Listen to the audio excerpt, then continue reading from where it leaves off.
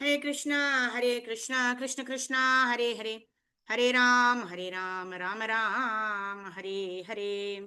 Hare Krishna, we are studying our Ramayana session. So this entire week, today is 18, tomorrow is Ekadashi, Annada Ekadashi. 20th will be the grand culmination of our Ramayana study. We are already on the last stages of Yuddha Kand, where Rama and Ravana are fighting the battle. So day after tomorrow, we'll end Ramayana and conclude with Nama Ramayanam. And 21st of August is Guruvar. Between Krishna Janmashtami and Radhashtami, we wanted to start Sri Chaitanya Charitamrita. So 21st of August, Guruvar, we will start Sri Chaitanya Charitamrita from 11 a.m. to 11:40 a.m. So we thank all the devotees who are joining us regularly. Let's start with the Mangalacharan prayers. Om Jnana Timirandasya Jnananjana Shalakaya Chakshurunmilitam Yena Tasmai Shri Gurave Namaha. Shri Chaitanya Manobhishtam Stapitam Yena Bhutale Swayam Rupa Kadamayam Dadati Swapadantikam Vandeham Shri Guru Shri Uttapadakamalam Shri Gurun Vaishnavamscha Shri Rupam Sagrajatam Sahagana Raghunathan Vidam Tam Sajivam Sadvaitam Savadutam Parijana Sahitam Sri Krishna Chaitanya Devam Shri Radha Krishna Padan Sahagana Lalita Shri Vishakhanvitamscha Namo Vishnu Padhaya Krishna Preshthaya Bhutale Srimate Bhakti Vedanta Swami Niti Namine Namaste Saraswate Deve Gauravani Pracharine Nirvisesha Shunyavadi Paschatya Deshatarine Jai Shri Krishna Chaitanya Prabhu Nityananda Shri Advaita Gadadhar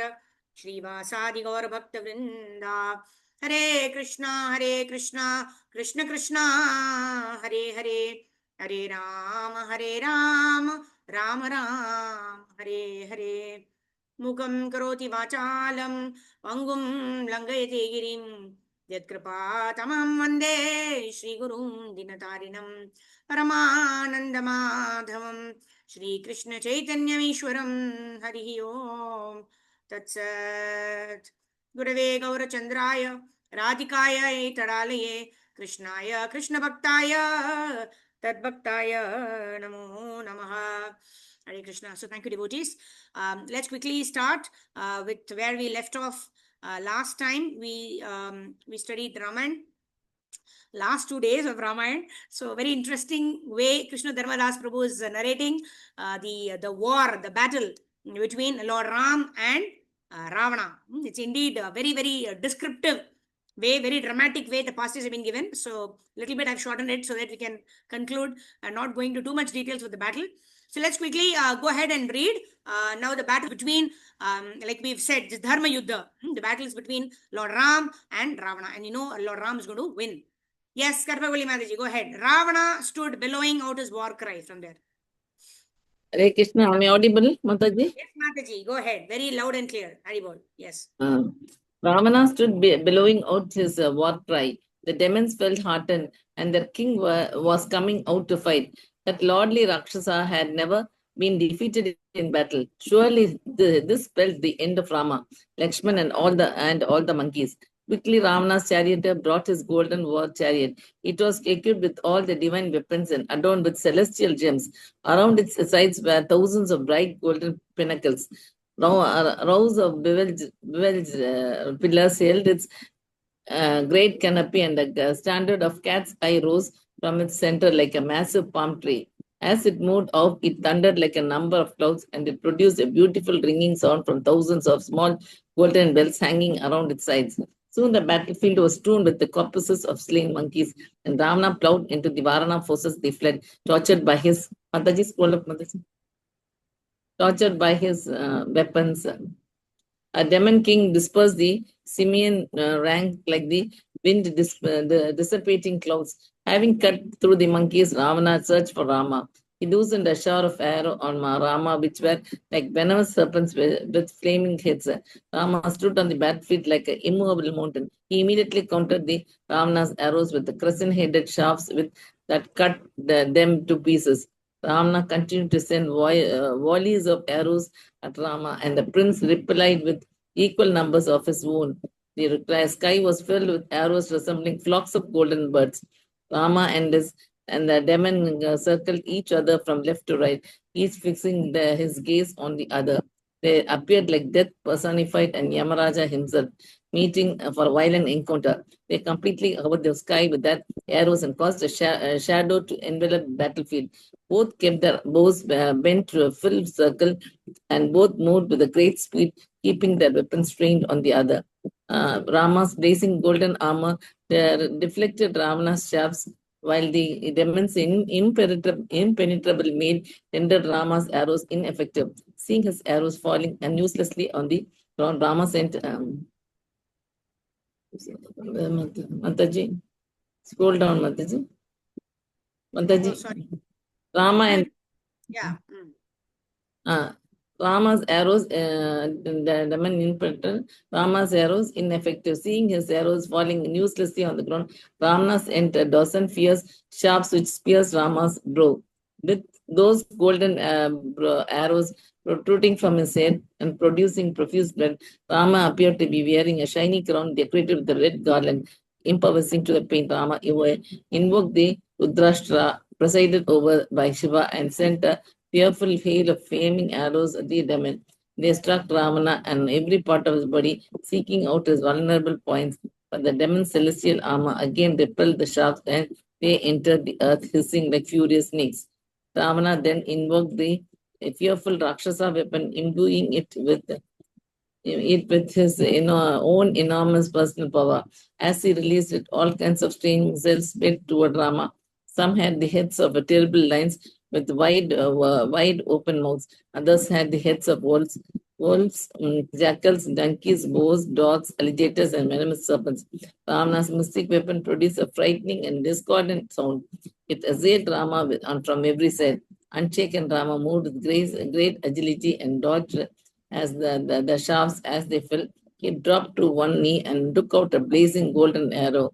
Fitting it to his brow, he invoked the Agni Astra. With that weapon, he produced arrows of every description that resembled the radiant sun. Others the moon, others appeared like blazing meteors. Some flew like flashes of lightning, and some were flaming crescents. Others rose into the sky like shining planets, descending to the earth like a brilliant constellations falling from the heaven. Those divine arrows struck down all of Ravana's missiles, which were killing the monkey all over the battlefield. Ravana blazed up in anger as he saw his wonderful weapon neutralized. He took out another dreadful missile, which had been fashioned by Maya, the architect of the celestial demon known as Asuras. Ravana charged the weapon with the potency of Rudra and fired it onto the sky. At once there dropped from all sides innumerable flaming pikes and maces, along with massive iron clubs. Mystical nooses and thunderbolts fell on the monkey army, accompanied by piercing gale like the wind which blows at the end of an age. And that demonic weapon began to annihilate the monkeys. A vast number of blazing missiles directed themselves at Rama, who responded by invoking the Gandharva weapon. Immediately, countless arrows swept like a sheet across the entire battlefield. Without striking any of the monkeys, the arrows struck the disabled Ravana's missiles. All of them were cut into pieces and they fell to the earth. Without a second's delay, Ravana employed the Suryastra. It brought it into being a stream of large, brilliant discussers which flew from Ravana's brow. As they rose into the view, they lit up all directions as if 100 suns had risen on the battlefield. Rama stood up and immediately released an endless stream of ferocious shafts at Ravana. Greatly harassed, and the demon replied with a shower of flaming steel arrows and iron clubs. Rama encountered the Ravana's missile as they sped through the sky, striking each and every one of them down. He fought wildly, ascending screaming arrows that struck Ravana on every part of his body. The demon fell back as Ravana close to him. He was entirely covered by Rama's golden plumed shafts. Ravana could hardly do anything in response as Rama unleashed his fury. Completely overwhelmed, the Rakshasa turned and took to his heels. Hare Krishna. Thank you, Final Mataji. battle. Thank you, Haribol. Mataji. Thank you. So Ravana is again running back, right? This is, I think, second or the third time that Ravana is running back after being defeated in the battle. And Lord Ram is perfectly following the Kshatriya rule that if somebody is running back from the battle, you don't go behind and kill them, right? So in that way, Lord Ram is exhibiting that he is Maryadha Purushottam Ram, right? Whatever Yadyad Acharati Shreshtas Tattat Evetorojana Sayat Pramanam Kurute Lokastat Anuvartate. So Lord Ram is showing every one of us, whoever are leaders, who are all leaders, fathers, mothers, gurus, we are all leaders in some way or other, right? For our children, for our dependents, for our students, whatever may be, right? So we all have this responsibility to do the right thing, to do the dharmic way in all situations, and not according to the whims and fancies of our mind, not according to our convenience, but to work according to dharma, right? Prabhupada gives example of how even in the month of April, May, it's very hot, but yet women go into the kitchen and make preparations, bhoga offering for the Lord, and feed the family.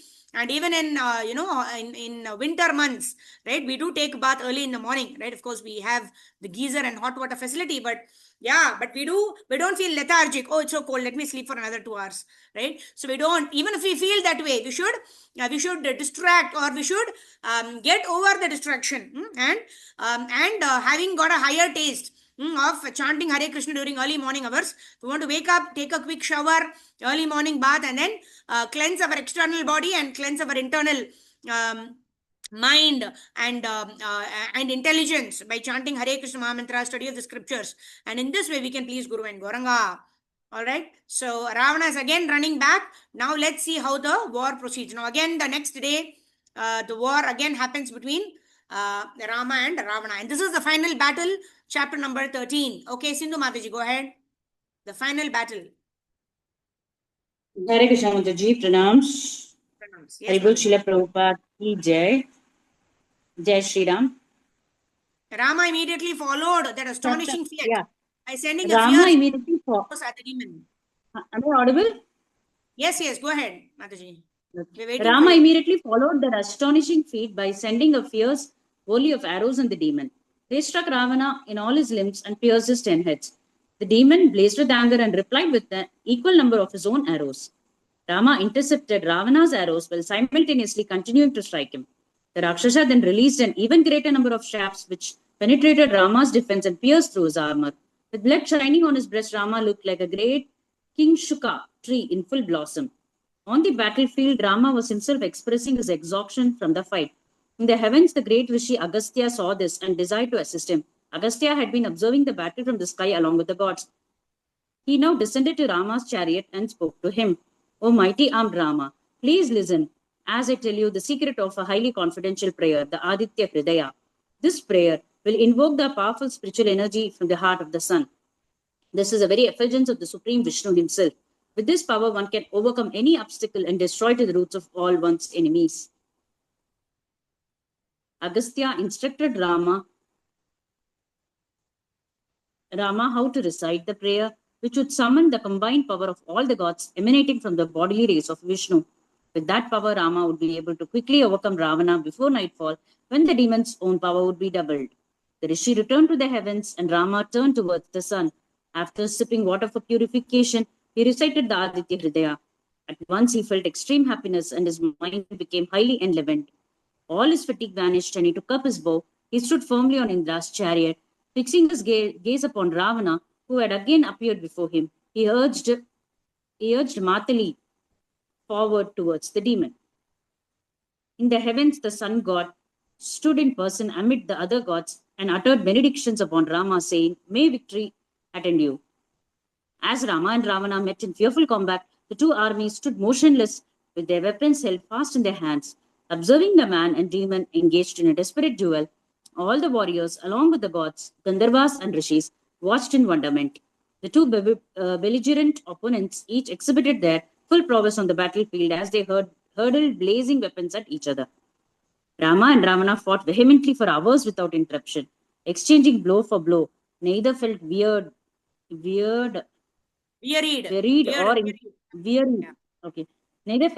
or inclined to give an inch to the other. Those observing the fight felt their hairs standing on end. No one could take their eyes off the furious fighters as they battled on, relentlessly seeking victory. In the heavens, the gods themselves became fearful and cried out, "May all be well," with the words. With full concentration, Rama again invoked the Gandharva Astra, which caused hundreds of thousands of arrows to appear and counter Ravana's weapons. Those awful and demoniac missiles fell to the ground and burned up, being pierced by Rama's fiery shafts. The battle between Rama and Ravana could only be compared to itself. Such a fight had never been seen at any time, even by the gods. They watched anxiously as Rama came under repeated ferocious attacks from the Lord of the Rakshasas. Rama remained calm. Rama struck down 100 heads, but the demon remained standing.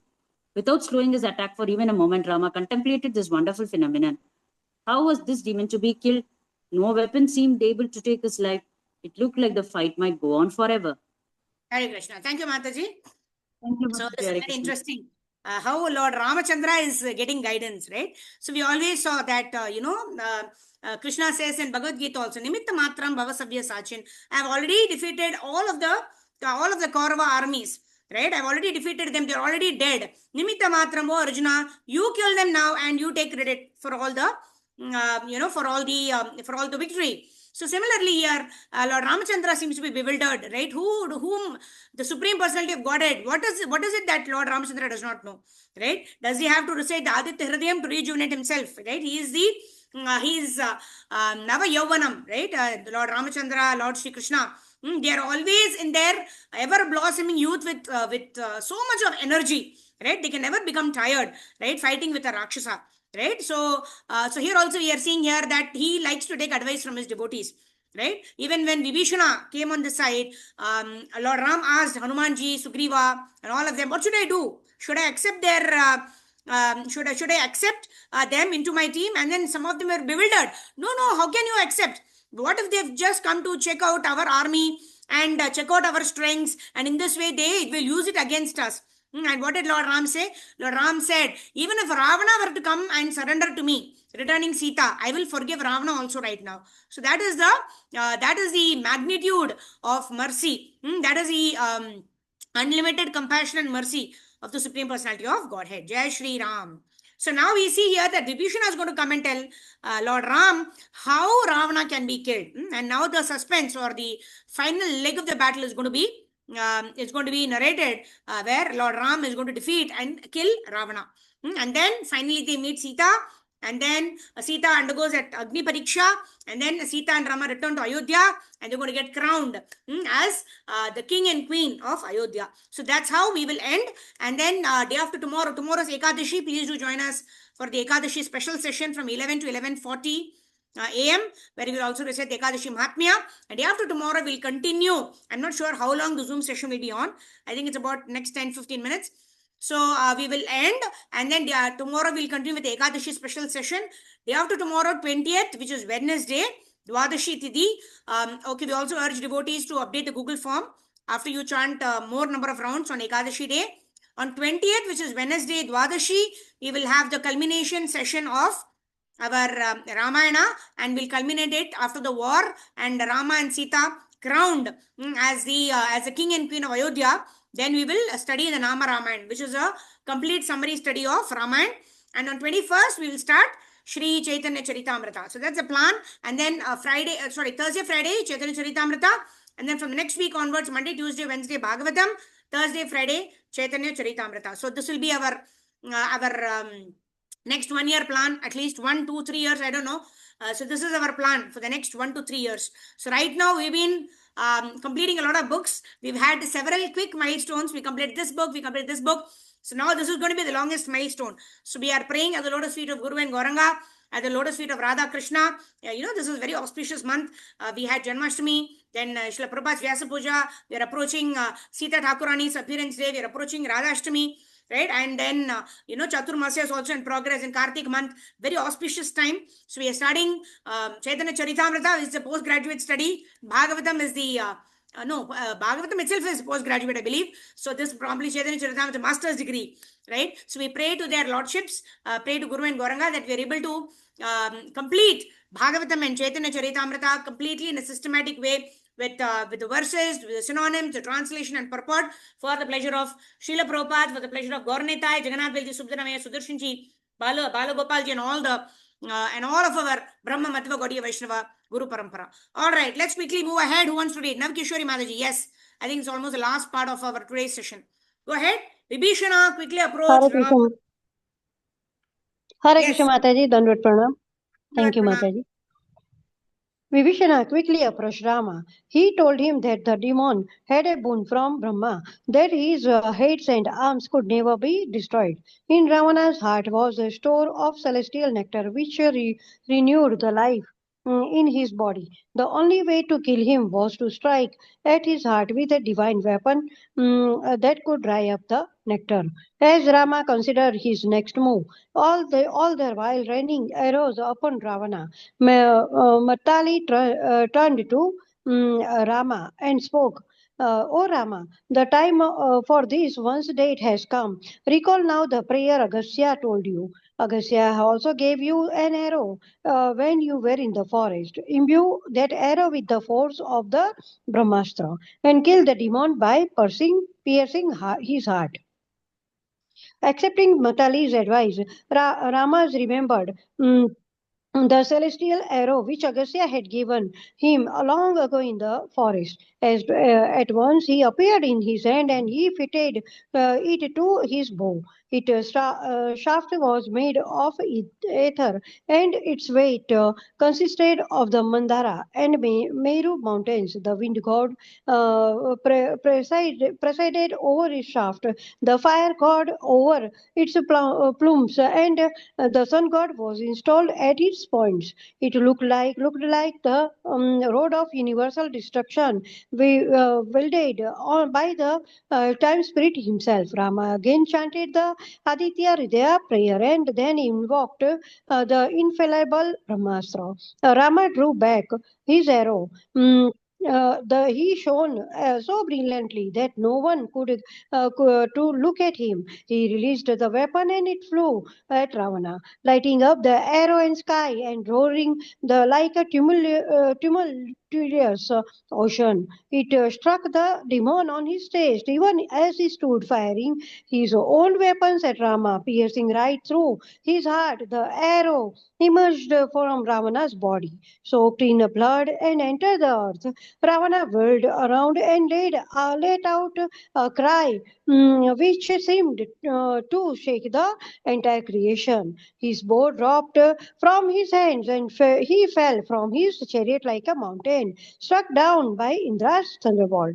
The Rakshasas fled, panic stricken in every direction. They shed tears on grief of seeing their lord slain. The monkey leapt about, chasing the fleeing Rakshasas and shouting with joy. The sound of drums and other celestial instruments sounded from the sky. Delightful breezes blew on the battlefield, carrying heavenly orders.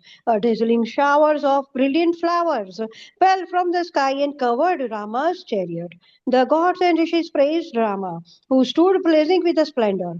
The battle was over. Rama climbed down from the chariot and was surrounded by Lakshmana, Lakshman, Sugriv, Hanuman, Angada, Jambavan, and Vibhishana, who all praised and cheered him for his incredible feat.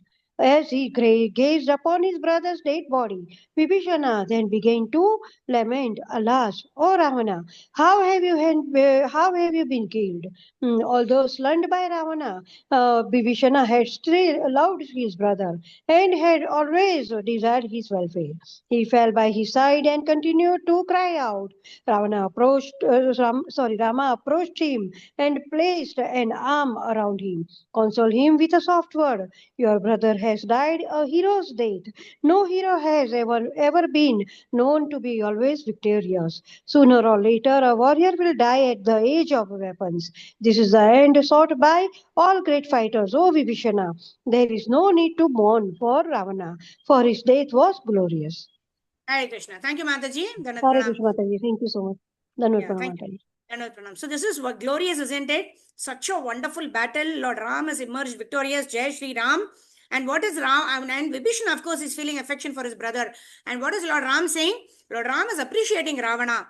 right? So this is the attitude that we should cultivate. Lord Ram is being the leader, and we are all servants of Lord Ram, right? We are all in the army of Lord Ram. So we want to follow the good behavior of Lord Ram, right? Even though life may put us into several situations which may make us very sad and morose. We should always stick to the principles of dharma. We should try to do our duty, and we should try to remain enthusiastic in all circumstances, because in every situation we have a choice, right? I was hearing even in some organization also, they don't say good morning, right? Because they were saying, we don't know whether the morning will be good or not, right? What do you say? Happy morning. Right? They have a choice to be happy, whether or not the morning is good, or the afternoon is good, or evening is good. There may not be, materially so-called good things happening, right? But we have the choice to be happy. If we have the courage, if you have the sincerity, if you have the perseverance to choose dharma, to choose to performing our duty in all situations. Matra sparshaastu kaunteya, sito ushna sukha dukkada, agama paino anityas, tam sitikshashva bharata. Right? Krishna tells to Arjuna, right? Of course, asamshayam mahabaho mano durnigram chalam, abhyasena tu kaunteya, vairagena ch grihiyate. Right? So Krishna tells Arjuna, when Arjuna tells Krishna, chanchalam hi vana Krishna pramati balavadridam, tasyaham nigram manye vayurivashu dushkaram. Right? The mind is the cause of happiness. The mind is the cause of distress. The mind is the cause of frustration. The mind is the cause of everything we experience. Right? Because the job of the mind is thinking, feeling, and willing. Right? So whatever the mind tells us, the other day we were talking about, having a nice hot samosa. Right? Maybe a 9th standard girl is having a nice hot samosa. Right? It's piping hot and it's so delicious. She's already finished half the samosa. And then somebody comes and tells her, hey, you know what? In the maths test that happened, you failed that test. So she's holding that hot, delicious samosa, but it's no longer tasting delicious. Because at a mental level, she's disturbed. Oh, I failed that maths test. Oh, I need to give that test again. Oh, I need to face that teacher. Oh, what will the teacher tell me? Right? Or the same samosa in her hand is not giving her that pleasure.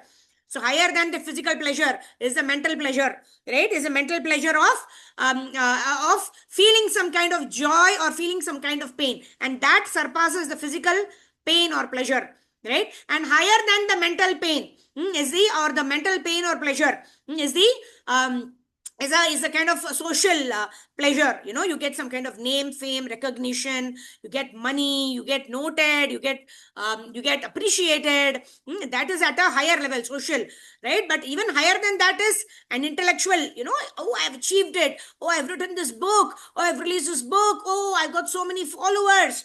Right? An intellectual pleasure. That means we have achieved something, and because of that, achieved name, fame, glory. So that's social, intellectual pleasure. But even higher than that is the spiritual pleasure, is the pleasure of the soul, is the pleasure of being the servant of the servant of the servant. Rishikena Rishikesha Sevanam Bhakti Ruchyate. When we render service to the Supreme Lord, that will give us eternal bliss. All of these physical, mental, emotional, social, intellectual pleasures, they all will die. They all have this law of diminishing marginal returns, they say, right? Law of diminishing marginal utility means it's a gulab jamun, right? The first gulab jamun you have, oh, it's so tasty. Can I not get one more? Can I not get one more? We have 4 or 5. After that, oh my God, I just don't want gulab jamuns. Please don't give me gulab jamun, right?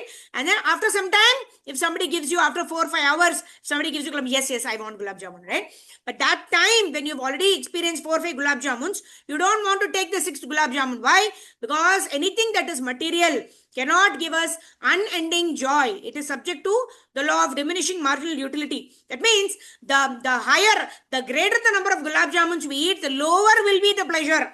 And the more will be the detest for the gulab jamun, because we are not meant to enjoy, but we are meant to serve the Supreme Personality of Godhead. And because we are Jivera Swarupa Krishna and Nitya Das, it is only in being servant of the servant, of the servant, of the servant, of the servant, of the servant, at least 7 times down the line, that we can actually experience eternal transcendental bliss. Otherwise, whatever else we're experiencing is just a titillation of the senses, is just a sensory pleasure which will fade away with time, place, circumstance, right? So the intelligent person will only seek that pleasure which is eternal, which is everlasting, and that is only by the service to the Supreme Personality of Godhead. That's what Krishna says in Bhagavad Gita, Susukam Kartum Avyayam. As we render devotional service to the Lord in the association of devotees, we experience a transcendental pleasure.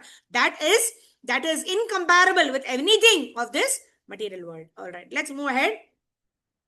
Okay. Okay, meeting will end in 10 minutes.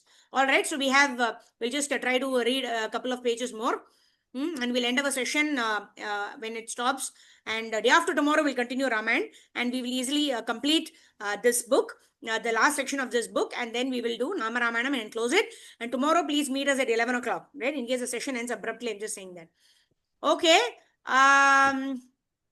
Okay, who's reading now? Chitra Krishna Sevani Mataji. Yes, go ahead. Hare Krishna Vishwanath Mataji, stood- Pranam Mataji. Hare Krishna. Vibhishana stood reflecting for some moments. He told Rama that he felt unable to perform the funeral rites for his brother. Ravana was cruel, merciless, and given to heinous sins. Although his brother, he was not worthy of Vibhishana's respect. Ravana's obsequies were an act of worship he could not honestly perform. Rama smiled. O Vibhishana, no disdain should ever be felt for the soul. Once dead, a person's soul leaves his body and proceeds to its next life. Ravana's sinful body is now dead, but his pure soul continues to live. The soul is always worthy of respect. You should therefore carry out the rites for the eternal good of your brother's immortal soul. Vibhishana at once began the necessary rituals. He had his brother's body brought into Lanka, and he lit a sacrificial fire, making offerings of grains and ghee, and worshipping Vishnu on Ravana's behalf. Along with the elderly Rakshasas and Yatudanas, headed by Ravana's grandfather Malayavan, Vibhishana carried out all his rituals strictly in accord with the instructions of scripture. Ravana's body was placed on huge bier. He was draped with golden silks and covered with flower garlands. To the sound of various musical instruments, the dead Rakshasa was borne by 100 demons to consecrated spot. Brahmins among the Rakshasas carried the sacrificial fire in front of Ravana. They built a pyre out of logs of fragrant sandalwood and padmaka wood, along with the ushira roots and badrakali grass. The demon then placed Ravana upon the pyre and threw handful of parched rice, sesame seeds, and kusha grass. After uttering sacred mantra and sprinkling the pyre with ghee, Vibhishana set it all right. It quickly blazed up, and within moments, the Rakshasa's king body was rescued to ashes. Hare Krishna, Pranam Hare Mataji. Krishna. Thank you, Mataji. Dhanal Pranam. Hare So, such was a very glorious death of Ravana, and he had the personal golden opportunity of being killed by Lord Ram himself. And what a death, right? In the auspicious battlefield as a Kshatriya, to give up one's body, performing one's dharma is the greatest wonderful death that one can imagine, right? What is that? Ye swarma swadharman vigunaha paradharmat swanusthitat paradharmo nidhanam shreya swadharmo nidhanam shreya paradharmo bhayavaha swadharmo nidhanam shreya. That means when we are performing our duty, even if we have to die, that will give us a better destination. Paradharmo bhayavaha. But we simply try to follow somebody else's dharma, then it will become bhayavaha. Bhayavaha means it can result to dangerous destinations. So we should not artificially try to copy someone, right? But we should try to perform our own duty to the best of our own ability under the guidance of Guru, Shastra and Sadhu. So in this way, the great battle ends. Ravana is dead, and Ravana's final rites have been carried out by Vibhishana. And Vibhishana will now be crowned as the king of Lanka. And then now is the time when they will actually go and meet Mother Sita. So Lord Ram and Sita will meet now. So chapter 14 is Sita's ordeal. Yeah, of course, in this section we also see how Lord Ram is also going to do the Agni Pariksha, right? Not for not because he himself had a doubt, but to ensure that everybody knows that Sita is pure, right? We all remember that when Ravana was disguised as a Brahmana, there was Lakshman Rekha that was given by that was made by Lakshmana. When Sita Devi crossed that Lakshman Rekha to give arms to the disguised Ravana, then the actual Sita Devi was taken over by Devata, and Maya Sita was actually carried by Ravana.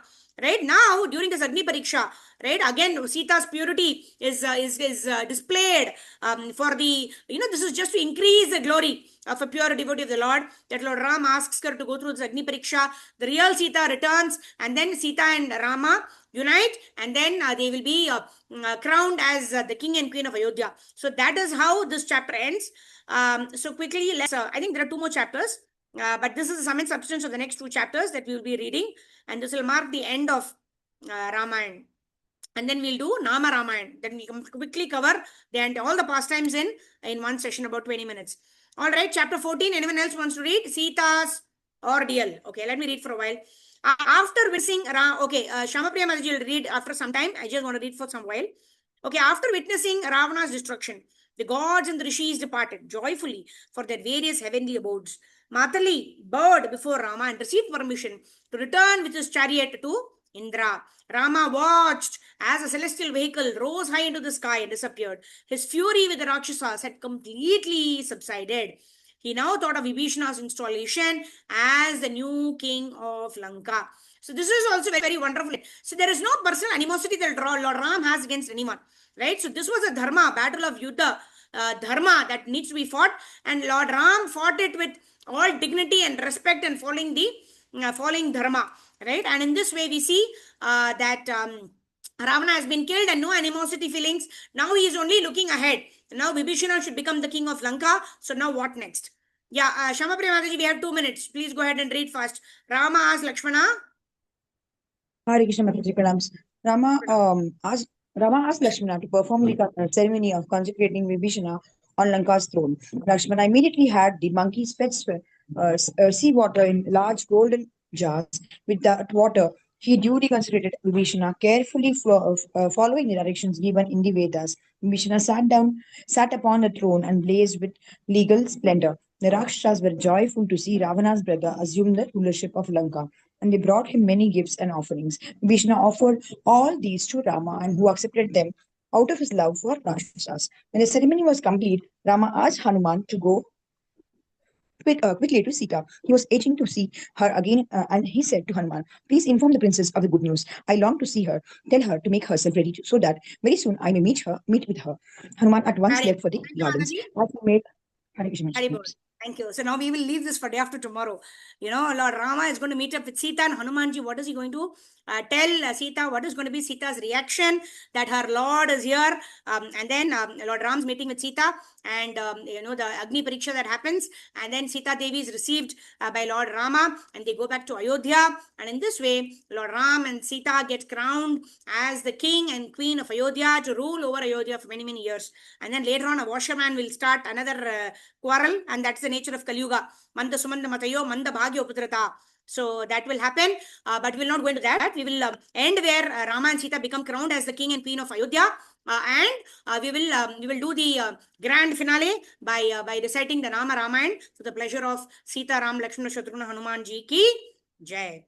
Raghupati Raghav Raja Ram Patita Pavan Sita Ram Jaya Sita Ram Sitaram Jaya Sitaram Sitaram Jaya Sitaram Sitaram Jaya Sitaram Raghupati Raghav Raja Ram Patita Pavan Sitaram Jaya Jaya Prabhupada Gurudev Nitai Gaura Haribol, Gaura Haribol, Gaura Haribol, Gaura Haribol. Tomorrow's Ekadashi, 11 to 11:40 Ekadashi special session. Day after tomorrow, grand culmination of Ramayana. The next day, Sri Chaitanya Charitamrita. Please do join us every day, 11 to 11:40 a.m.